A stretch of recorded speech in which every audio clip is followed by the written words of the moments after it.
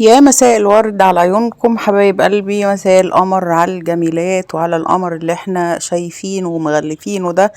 الناس بقى اللي بتعشق الرز بلبن بالوش المكرمش، انا مش عارفة ايه الهدف في وشه المكرمش، بس هنعمله للناس اللي بتحبه، وكمان الناس اللي بتستصعب الرز بلبن هنعمله من غير نشا ولا اي افتكاسات. بقى هيطلع معانا كريمي جدا جدا جدا زي ما احنا شايفين كده، والرزاية مستوية معانا ومزبت كده حاجة زي الفل بصراحة. شوفوا الفيديو للآخر هتعملوا أحلى رز بلبن، حاجة كده زي الفل. نعمل بقى لايك يا أمارات وتعالوا للطريقة. معانا حلة هننزل فيها الرز ده يا جماعة نضيف، لو عايزة تغسليه هتبقى غسلة واحدة بس، لو شاكة ان الرز فيه قش ولا حاجة تتخلصي طبعا من اي حاجة فيه، بس الرز اللي معايا ده رز نضيف. انا عملت قد ايه؟ عملت 300 جرام، كل 100 جرام بياخد كيلو لبن، يعني نص كوباية رز بتاخد كيلو لبن، بس انا هعمل 2 كيلو لبن على ال 300 جرام. وهقول لكم ليه، لاني هضيف قشطه عليه، فدي هتبقى بديل. لو انت مش عندك قشطه وعايزه تحطي 3 كيلو لبن تمام، بس هيبقى برضو تكلفه عليكي، فممكن تعملي 300 جرام عليهم 2 كيلو لبن، هيطلع معاكي برضو زي الفل. والقشطه اللي حطيناها من وش اللبن. حطينا بقى الرز على النار. بصي لما تحطي الرز لازم تقلبيه، انا بص حطيته ونسيت اقلبه فتكتل مني، فضروري للأمانة أول ما تحطي الرز على النار توطي عليه جدا جدا وتبتدي تقلبيه عشان ما يقعدش في قعر الحلة ويكتل منك. زي ما احنا شايفين كده أنا فكيته طبعا مع التقليب المستمر، اتفك وبقى تمام وكل حاجة خلاص. هنوطي بقى، انا اصلا موطيه عليه النار زي الشمعة يا جماعة، كأنك بتعملي رز وبتسويه. بصوا انا فاتحة برضو عليه، ما غطيتش عليه عشان لو غطينا عليه ممكن يفور. فتحت عليه وكل وقت يعني مثلا بعد مرور 10 دقايق باجي اقلب الرز بتاعنا.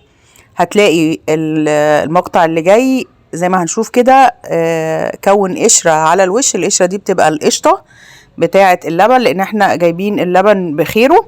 بصوا بصوا عاملة ازاي على الوش، ادي القشطة اهي.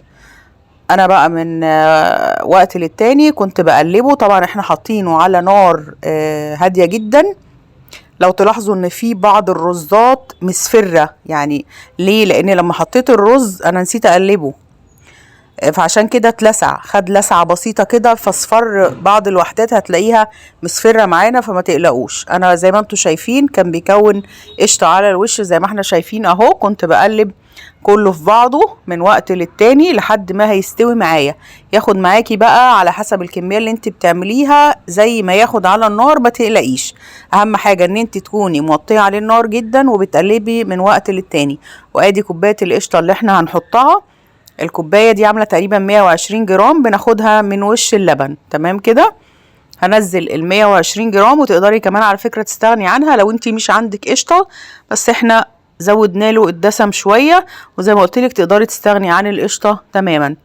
هنقلب بقى القشطة لحد ما تدوب مع الرز، وبعد كده هنجيب السكر معانا. السكر طبعا على حسب الرغبة، انا حطيت 300 جرام سكر، كان سكره معقول جدا جدا، يعني مش مسكر، او لو بتحب الحاجة مسكرة تقدري تزودي لحد 400 جرام سكر، هتبقى يعني اخر حاجة، ما تزوديش عن كده. هبتدي برضو اقلب لحد ما السكر يدوب مع الرز بلبن والقشطة. واخر حاجة معانا هنضيف معلقة صغيرة فانيليا سايلة، او باكت باودر لو موجود ده او ده. دي معلقة صغيرة اهي، حطيتها بالشكل ده، وهقلب لمدة دقيقة بس، وبعد كده هنغرفه في اطباق مع بعض.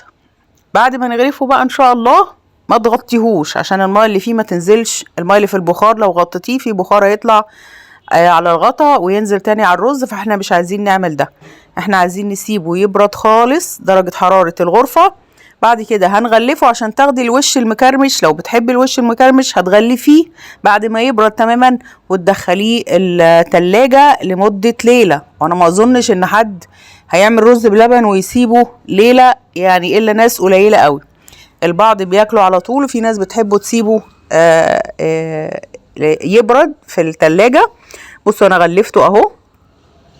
لما بتتغلف وتسيبيها لتاني يوم الكمية اللي انت عاملاها بتعملك الوش المكرمش ده كمان لو قعد يوم بليلة كاملة. لكن انا سيبته طول الليل وبعد كده جيت اصور معاكم. بصوا بقى طالع معانا بالشكل القمر ده، شايفين الجمال؟ يعني بسم الله ما شاء الله، كريمي وطعمه ولا اروع بجد، وغني جدا جدا والله يا جماعة، احلى من بتاع المحلات مليون مرة. يكفي ان انتي عاملاه بايديكي وضامنه نظافته، ومفيش بقى نشا عشان تزودي الكميه ولا كل الافلام دي. حاجه زي الفل، كريمي جدا، طعمه حلو، ولما اتحط في التلاجة بقى احلى، ولما بيتاكل سخن كمان بيبقى روعه. ان شاء الله يا رب تجربوا الطريقه. وشكرا جزيلا لو لسه معايا لحد دلوقتي، شكرا جزيلا.